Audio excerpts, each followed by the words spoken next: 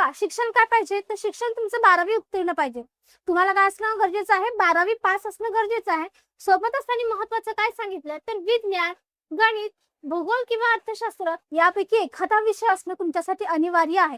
मग तुमच्याकडे तुमचं 12वी जर झालेलं आहे, पण 12वी होण्यामध्ये तुम्हाला कोणते विषय गरजेचे आहे, एक तर तुम्ही प्लेन सायन्स फॅकल्टीचे असलात तरी वेल अँड गुड, नाहीतर मग तुम्हाला गणित, भूगोल किंवा मग अर्थशास्त्र यापैकी कोणताही एक विषय असणं अत्यंत गरजेचे आहे. हे जर विषय असेल तरच तुम्ही या पदासाठी पात्र असाल, हे महत्वाचं आहे. त्यानंतर डोमासाईल, तुम्ही राज्याचे, महाराष्ट्र राज्याचे रहिवासी आहात हे दाखवण्यासाठी तुमच्याकडे महाराष्ट्र राज्याचं रहिवासी पत्र किंवा आपण त्याला काय म्हणतो, अधिवास पत्र म्हणजे डोमासाईल असणं गरजेचं आहे.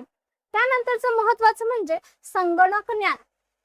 बघा, जर तुम्ही या पदासाठी फॉर्म भरत आहात किंवा अप्लाय करत आहात, तर तुमच्याकडे अजून एक महत्वाचं असणं गरजेचं आहे, ते म्हणजे तुमच्या पात्रतेमध्ये काय असणं गरजेचं आहे, संगणक ज्ञान असणं गरजेचं आहे. 12वी उत्तीर्ण असणं तर गरजेचंच आहे.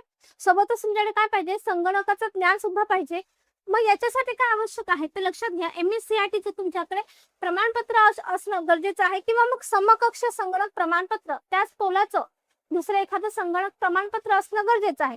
मग तुम्ही म्हणाल 12वी आत्ताशी झालेले आहे, आमच्याकडे संगणक प्रमाणपत्रच नाहीये किंवा आम्ही क्वालिफाय झालेले नाही, MSCIT आम्ही दिलेली नाही, मग आम्ही त्या फॉर्म भरू शकत नाही का, तर तुम्ही डेफिनेटली भरू शकता. हे म्हणजे फॉर्म भरायचं, त्याच्यानंतर तुम्ही पास झालात तरी चालतंय. पण मात्र पुढे काय सांगितलंय की तुमच्या नियुक्तीनंतर म्हणजे तुमच्या जॉईनिंग नंतर, त्याच्यानंतर सुद्धा तुम्ही जॉईन झाल्यानंतर सुद्धा सुमारे 2 वर्षामध्ये तुम्हाला काय करायचं आहे, हे प्रमाणपत्र काढून घ्यायचं आहे किंवा याचं प्रमाणपत्र तुम्हाला तुमच्या विभागाला काय करायचं आहे, द्यायचं आहे. हे मात्र आवश्यक आहे.